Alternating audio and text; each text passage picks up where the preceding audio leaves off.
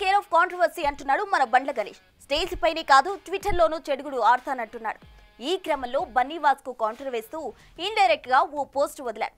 దీంతో అసలే సినిమా పోయి బాధపడుతుంటే ఈ గిల్లుడెందుకు గురు అంటూ కామెంట్స్ చేస్తున్నారట ఫిల్మీ ఫ్యాన్స్.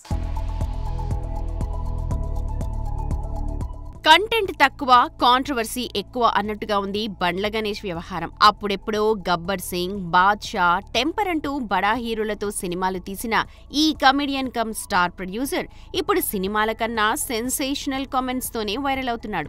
ఇప్పటికే స్టేజ్ మీద ఏం మాట్లాడతాడో ఏమో అని ఫంక్షన్లకి పిలవడమే మానేసింది ఇండస్ట్రీ. అయినా నేను మారను అంటూ ఎవరో ఒకరిపై డైరెక్ట్ గా ఇండైరెక్ట్ గా కామెంట్స్ తో ట్విట్టర్ లో రచ్చ చేస్తూనే ఉన్నాడు. మొన్నటికి మొన్న లిటిల్ హార్ట్ సక్సెస్ మీట్ లో అల్లు అరవింద్ పై చేసిన కామెంట్స్ నెట్టింట్లో ఎంత వైరల్ అయ్యాయో తెలిసిందే.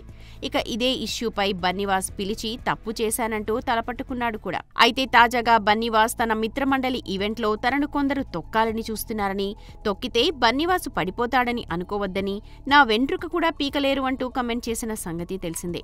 మరి కావాలని కౌంటర్ వేశాడా లేక యాక్సిడెంటల్ గా పోస్ట్ వదిలాడా తెలీదు కానీ ఇది పీకుతా అది పీకుతా అని మనం చెప్పాల్సిన పని లేదు.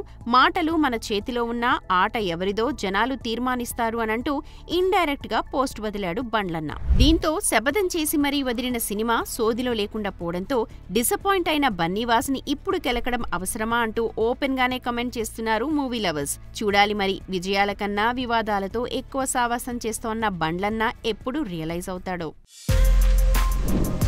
For more videos like this, subscribe Big TV channel.